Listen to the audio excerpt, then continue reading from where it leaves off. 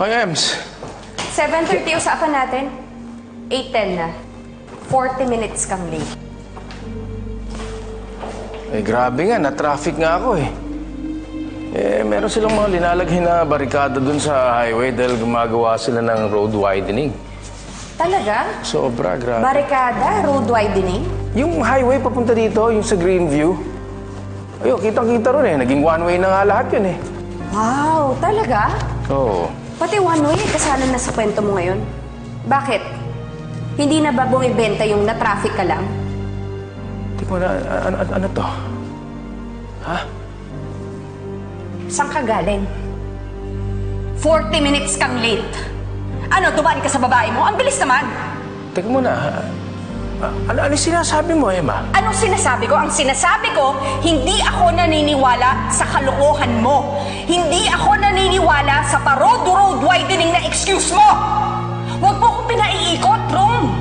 Ha? Huwag mo akong gawing tanga dahil hindi mo na ako maluloko. Emma, huwag ka maingay. Baka magising si Austin. Ano ka ba? Nagsasabi ako sa iyo na totoo ah. Hindi na ako nag-iimbento.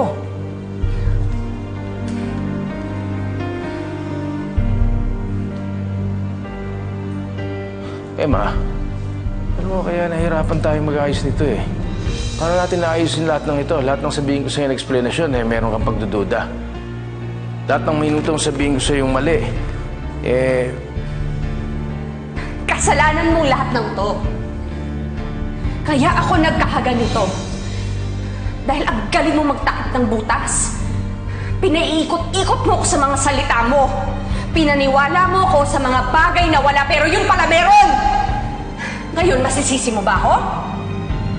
Hindi ko masisisi pero paano natin naayusin ito?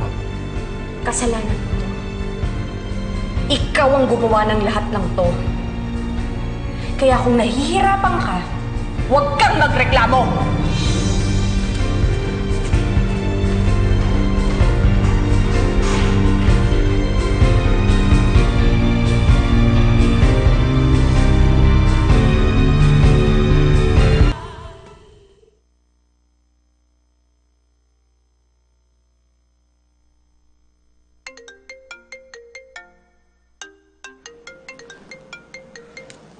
Hello, Angelo. Oh, bakit napatawag ka? Emma. May naiwan kasi kayong gamit, pati mga libro ni Austin sa bahay. The-drop off ko sana. Nasa may Greenview na ako. Malayo pa ba to sa inyo? Mga 20 minutes. Siguro mga ganon. Medyo malayo pa. Ganun ba? May road widening kasi kanina kaya sobrang na-traffic ako. Tapos nagka-one-way pa. Grabe nga, na-traffic nga ako eh. Eh, meron silang mga linalaghin na barikada dun sa highway dahil gumagawa sila ng road widening. Talaga? Sobra, grabe. Barikada? Road widening? Yung highway papunta dito, yung sa Greenview. Ayun, kitang-kita ron eh. Naging one-way na nga lahat yun eh. Pati one-way, kasama na sa kwento mo ngayon. Bakit? Hindi na ba bumibenta yung na-traffic ka lang?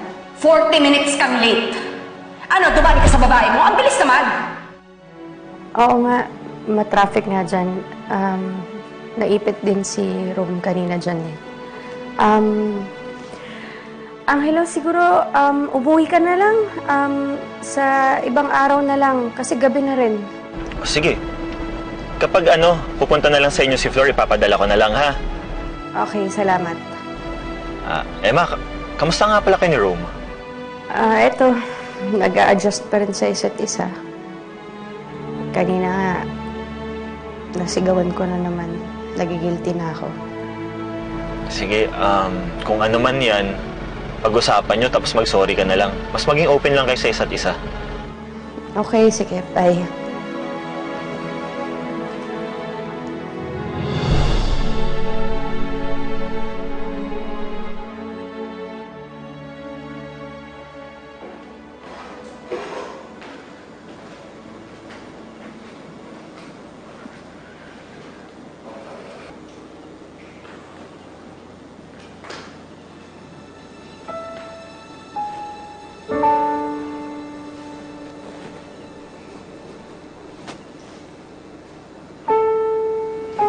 Patawaran mo ako, Ron. Pinagdudahan kita.